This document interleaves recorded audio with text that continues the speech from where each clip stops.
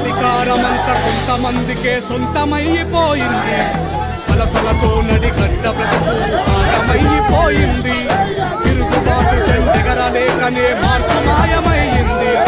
పలిసినోడి తిరగలేకనే బానిస బతుకయ్యింది. ఎన్ని ఏళ్ళు ఇంకెన్ని నాళ్ళు ఈ అణిచివేత మనపై, ఎన్ని ఏళ్ళు ఇంకెన్ని నాళ్ళు ఈ అణిచివేత మనపై. ఎదురు తిరిగి పోరాడి నిలబడితే